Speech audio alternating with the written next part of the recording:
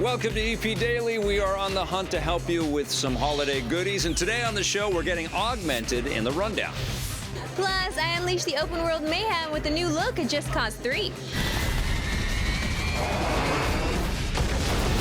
And then we bring you part 2 of our holiday shopping guide. Also coming up, Ben and Sophia join the fight with their review of Star Wars Battlefront. We have more Star Wars action with a look back at Season 7 of EP, and much more today on EP Daily. Brought to you by EB Games. I'm your host, Victor Lucas, bringing you the latest in everything cool every single day, and I've got a no-kill order. I've also got an order to bring you the rundown. Mankind has a little longer to wait before it gets divided. Square Enix has delayed the new game, Deus Ex Mankind Divided, by 6 months. It was slated to launch February 23, 2016 on the PC, PS4, and Xbox One, but will now land on August 23rd. As with most delays, the developers say they need more time to fine-tune the game and make sure that it meets everyone's high expectations. Mankind Divided is the sequel to 2011's Deus Ex Human Revolution, which won numerous Game of the Year awards. Get as close to the ground as you can. I'll take it from that. If you need something else to play on February 23rd, Ubisoft's Far Cry Primal, starring Deus Ex lead actor Elias Tefexis, is still on schedule. And if you're still starving for a new game to play, check this out. The survival game Don't Starve is getting the new Shipwrecked expansion on December 1st via Steam Early Access. As the title implies, Shipwrecked will allow you to take to the seas and explore the waters around your island, which means you'll encounter new monsters and characters. Don't Starve developer Clay Entertainment is handling Shipwrecked with help from another studio, Super Brothers Sword and Sorcery, and Super Time Force developer Cappy Games. Hopefully the expansion will find its way to the console version in the not-too-distant future. So here to help me talk about Deus Ex's delay is my buddy Scott Jones, as well as new content for Don't Starve. A lot of Canadian stuff happening in our rundown today. Yeah, I didn't even notice that. Big delay on Deus Ex Mankind Divided. I wasn't expecting that. You know what? I'm never heartbroken with a delay. I know it's upsetting for a lot of gamers out there who are waiting for this game. But if we wait a little bit longer, we're probably going to get a better game. That's almost always the case. Don't fuss, don't grovel, don't grouse about any of the delays. I just, as a standard rule, look at all the bugginess we get in games these days. They're trying to fill in some of the potholes here. It's very complicated to make these games. All right, well, that is interesting because what was scheduled was Primal, Far Cry Primal, and Deus Ex Mankind, both starring Elias Tefexis, coming out on the same day. Now they've spaced that out a little bit. That is the last Elias Tefexis mentioned. That's it. Elias Tefexis. But the other cool thing that's you love him. Well, the other cool thing that's happening with the Canadian development here is this super pairing, this super team of Clay and Cappy Games working on more Don't Starve content. I dig this a lot. I think this is pretty amazing. I'm a huge fan of Canadian video game development. I'm a huge fan of Clay Entertainment. I'm a huge fan of Capybara. I love what Jamie Chang does at Clay. I just think those guys are so incredibly talented. And it's amazing because Clay has built some really fantastic titles that have blown our minds, but this is one that seems to be an ever-present title that just seems to keep growing and growing and changing and evolving, and you never know what's going to hit. You never know what's going to hit. You never know what's going to hit with you personally, and even with forget gamers, just like you, what's going to connect today and the circumstances of your life. Maybe it doesn't connect now, but it's probably going to connect in 3 months, 6 months, especially if Capybara is involved. Well, I'll tell you something that did connect personally with me was Star Wars Battlefront, but we've got a second opinion right now with Ben and Sophia, the first time they're working together. Take it away, guys.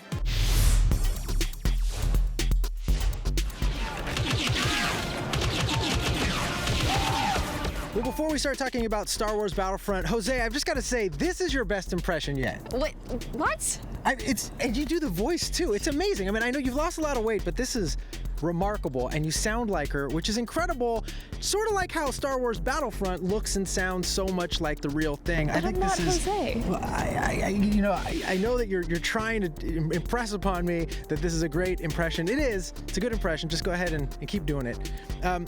I'd like to hear what you think about Star Wars Battlefront. Star Wars Battlefront, I really enjoyed it, actually. It really feels like Star Wars, the original, which is very exciting. Right. The focus is on multiplayer. Single player is a little bit light, and like with most multiplayer games, if you don't have friends to play with, it's not going to be as fun. Well, right, because you're just getting shot in the face by stormtroopers. Pretty much, and being run over by AT-ATs. I think that's the thing that a lot of people sort of didn't remember when they were talking about Star Wars Battlefront. There was so much hype around this game. There's been so much excitement. It's a Star Wars year. It's the biggest Star Wars year in 15 years. And yet when you jump into the game, it's like, oh, this is a shooter. Yeah. Like, I'm getting shot. I mean, it looks incredible. It looks incredible, and it feels like you're in Star Wars in a way that I've never really experienced. But you're getting shot in the back of the head by some dudes. And so I think a lot of people are going to be a little frustrated because they're dying, not just staring at awesome, scenes from Hoth. Yeah, it does make a great first impression, because one of the first modes I got to play was the Hoth Walker Assault mode. Imperial Walker has been taken out. And that is probably my favorite mode, where obviously it's a little bit imbalanced, like you're on the Imperial side versus the Rebel side, but that is where you actually feel like you're in Star Wars, like walking through the corridors, and like I just love that environment. But you realize that's probably one of the few maps that really makes you feel that way. I felt that way when playing through Endor, seeing little Ewoks scurry off into the distance. I kept trying to shoot him. Try to shoot him? Same here. I didn't shoot any of It's them. mean, but they kind of run off and hide. You don't get to shoot Ewoks. Oh, it's not mean. They deserve it. Soldiers of the Rebel Alliance, this is our most desperate hour. The single player, which there is sort of a single player, you can do these survival training missions, sort of. You can do like the horde mode kind of waves of stormtroopers. Playing by yourself, not as fun. No, it's kind of sad. Kind of a really sad, because the game world is so beautiful. If they had built any kind of single player campaign here, it would have been spectacular. I think just being able to explore these environments at a slower pace without feeling like you're running away from some guy with a rocket launcher. I understand why they didn't, because Battlefront has always been multiplayer oriented. I mean, back in the day, that's what this game's about. But even then, as fun as it is and as brilliant looking as it is, and how well it controls, I mean, DICE know how to make a good game, it does feel a little shallow or a little flat. Like, there's a lot of modes. You talked about Walker Assault, and there's a couple other ones I really liked, but across all those modes, it still feels a little lightweight, like there isn't enough to do. Yeah, you're gonna have to really like those multiplayer modes and want to play with your friends to keep going and going. Yeah, there isn't much in terms of single player. I mean, if you do have someone to play co-op, I don't mind it. Some maps are better than others, but after wave 12, I just want to move on and do something else. Yeah. And how did you like the heroes? Because I think we decided at the same time. The heroes, I mean, look, they look cool. they look great, but this game is beautiful. And that goes a long way. Yes. But I'm not sure I love how you use them all. And I mean, I think part of the problem is they don't have that many abilities, which is a problem across all the modes and all the characters you play as. Your pathetic rebellion ends here. It feels like Han Solo. He just kind of runs around. He can like shoot things quickly. He's got lines voiced by a voice actor who doesn't sound anything like Harrison Ford, even a little. It's like me, just like running around. Or me playing Jose. You're all clear, kid, or whatever. It just doesn't sound totally that right. So what did you think? Do you feel like the Force was strong with this one? Well, the Force started off strong, but I think it needed more midichlorians to push me through. 7.5 out of 10. Also giving it a 7.5. I love Ben Silverman working with Sophia. They've got good history I together. like Sophia working with anybody. I want to work with her now. Let's okay? make that happen. Let's make it happen. Stick around. When we come back, we've got part 2 of our holiday shopping week. You are free to use any methods necessary, but I want them alive. No disintegrations. As you wish. Hey, my name's Jeff Johns from DC Entertainment. So Star Wars. I love Star Wars. Grew up with Star Wars like everybody else, or everybody else my age. And actually everybody, because there's been Star Wars movies for a long, long time now. But one of my best memories is kind of a screwed up memory. My brother and I had saved these proof of purchase UPC code symbols or whatever on the back of the thing. And we gave them to my mom, and she sent 4 of them in, a piece for this Boba Fett action figure that was supposed to launch the missile. And most people would say the story would end with, I got my action figure and the missile didn't launch. We actually waited for months, and we asked my mom, hey, where is that figure here yet? And she said, a couple days later, she said, they arrived, but they were out of Boba Fett. They sent a note, they were out of Boba Fett, and they sent us that Death Star droid that was like blue, that little box thing that made sounds with the legs, and my brother and I both were super bummed.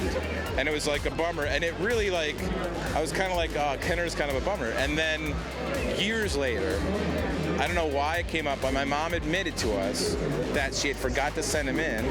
She went to the store. They didn't have any Boba Fett, so she just picked up 2 of that droid because they had tons of that droid. But I still love that action figure, but that's my Star Wars memory. He's all yours, bounty hunter. Reset the chamber of the Skywalker. You know, I keep saying this every day, but I can't believe the incredible quality of these Star Wars memory. Jeff Johns, guys. I can't believe it. Jeff Johns. Oh yeah, listen, we gotta go to a very exciting segment. This is part 2 of our holiday shopping guide.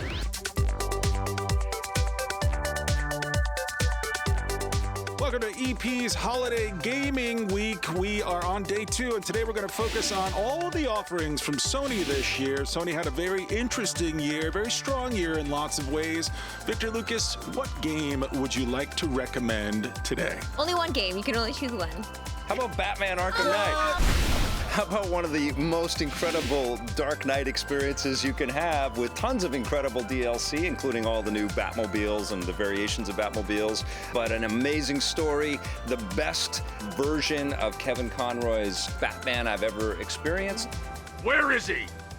I got nothing to say to you, Batman. He does an impeccable job as the Dark Knight in this. How many times have you finished this so far this year? 2, and I can't wait to go back and play some more. It is absolutely amazing. He's got a sickness. It's not just the game though; it's also the DLC. It's everything, yes. As well, Yeah. and I really enjoyed my experience with it. I didn't think I would as much as you, but I still felt like it was worth the 10. It's a really great game. It's a really great What about you, experience. though, my friend? I enjoy the sports games. As you know, I really enjoy myself a good baseball game. I loved MLB The Show, and I think if anybody in your life is a baseball fan, definitely get them that. But there's all the basketball games that are out now. You guys did a Versus. I'd still go for 2K, but NHL's excellent. A shot! Score! FIFA's excellent. PES is excellent. And I do feel like sports games are always best played on my PS4. I don't know why, but I always gravitate toward the PS4 with sports games. So Well, listen, I've got something I want to talk to you two about, and I bet you can guess what it is. It's Bloodborne. I know that this is an ultimatum. I'm not allowed to mention it anymore after this. It's a great game. There's new DLC. There's always reasons to play Bloodborne, and it's exclusive to the PlayStation 4. So if you buy a PlayStation 4, I don't know how you leave the store without this game. You have to bring this game home with you. I've got a couple of other exclusives for the PS4 that I want to talk about. At least right now, currently, Rocket League, you can only play in console space on the PS4. And the PC is the other option. Yeah, and it's a great game and absolutely addictive, and you race on cars that are like buggies. I can't tell you the number of critics that I've talked to this year who said, without a doubt, that's my game of the year. It's amazing. I said, what about Bloodborne? Have you not played that? But everybody loves this game, and if you got to try it. And the other exclusive is Until Dawn, which is kind of like a horror movie that you can play through. It's very linear, but beautiful and spooky and cool. Stephen Raju really enjoyed that one. What the hell's that? You know, I got to tell you, there were some things that made a comeback this year. 2 things. Yeah. One was me. No, I'm just kidding. But those 2 things are Guitar Hero and Rock Band. They're both back. One that I think is a little better than the other, and I think that's Guitar Hero Live, which I can't believe I've been saying that. Rock Band 4, still exceptional, still lots of fun. So if you're interested in the rhythm and blues, I don't know if people are going to be rushing out to buy them for themselves. Oh, yeah. But as a gift to bring into a house, that's a pretty good choice. Yeah. Either one of those. That's going to be fun for people. I got 25 lighters for my 25 folks. you know what else I had fun with this year, guys? Nathan Drake, the Uncharted collection. Excellent. The first 3 games in the Uncharted series, all on one Blu-ray disc. You can play that on your PS4. And so long to you for like the next 3 days. All right, well, let's go in a different direction and talk about Toys to Life. All 3 of the big heavy hitters, excellent games. We did a Versus, and we gave it to Disney Infinity because of its customization and its cooler toys. But it was so close. It was they're so all close. good. Skylanders Superchargers is terrific fun, and the character designs. And Lego Dimensions I am absolutely addicted to because of all of the money spent on putting the voice actors in these different universes in and building the toy. They're all great. You can't go wrong. You can't go wrong with the Sony PlayStation 4. I feel like they did so many things right. The games that they did release, I feel like they were so strong.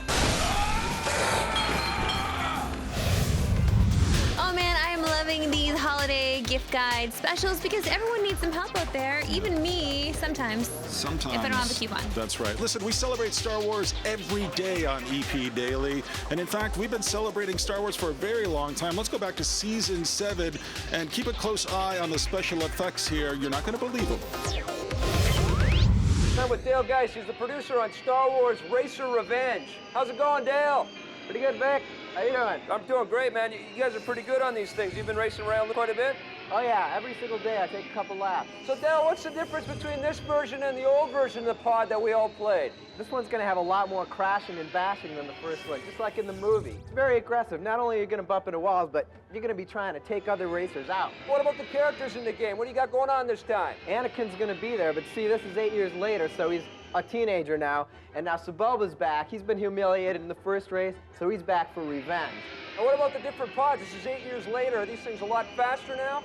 They're much cooler than they were before. Sebulba's got a brand new pod, and so does Anakin. They're all beefed up. They've got some new financing by the Hutt, so it's just a much more fast and aggressive game. So why'd you guys choose Rainbow Studios for this game? What's up with those guys? Well, Rainbow Studios is an amazing developer, and they've had a great deal of success with their racing games. They did ATV, Off-Road Fury, and we're really excited about working with these guys because they know their way around racing. Talk to me about the style of the game. What are the graphics like in this one?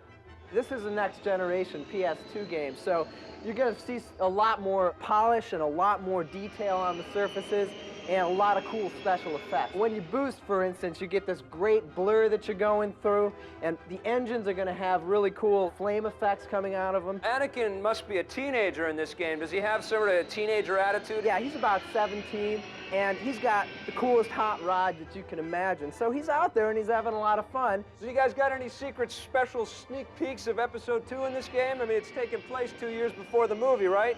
Yeah? Listen to this.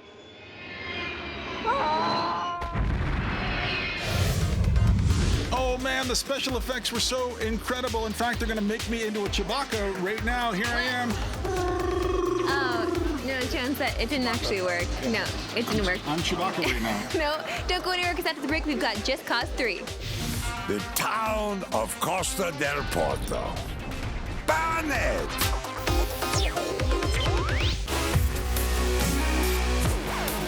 Welcome back to EP Daily. You know, Jones, I don't know if you know this, but we are not done with the big game releases this year. What are you talking about? All the big games are out already. No, we still have Just Cause 3. Oh, Rico Rodriguez! Floater, go to sleep. That's enough of that. Let's find out more about the game. The town of Costa del Porto. Ban it!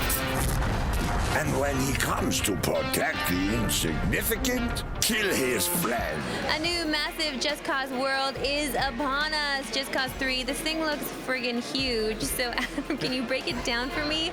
Who are we and where are we in Just Cause 3? So we are Rico Rodriguez. He's kind of the seminal figure of all of the Just Cause games. In this edition, Rico is returning to his homeland of Medici, which is kind of a Mediterranean location filled with islands. And what he has discovered is that a despotic leader, General Di Ravello, has taken over the land, and Rico kind of sets about to unseat him in the only way he knows how, which is taking apart his empire piece by piece.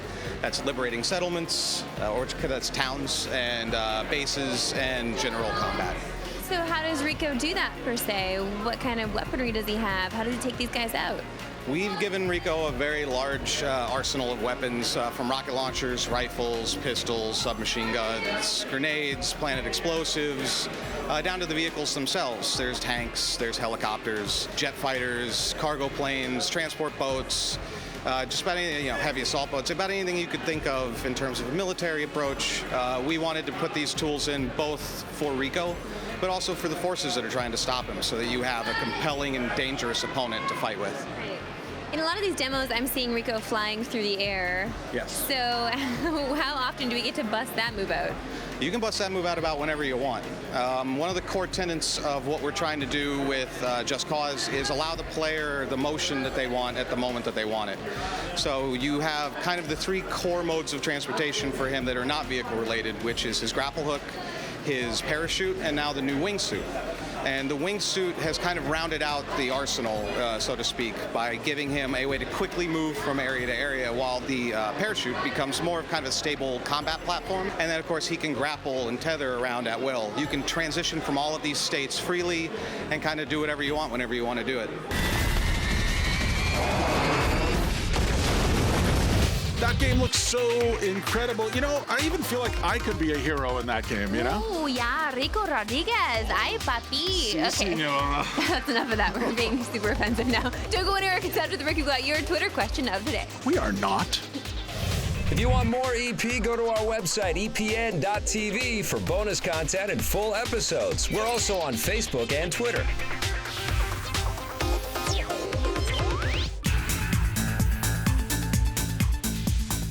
Welcome back to EP Daily. It is time for our Twitter question of the day. This one's from Stephen Nikolic, asking, do you prefer different cameras? We give him a day off, please.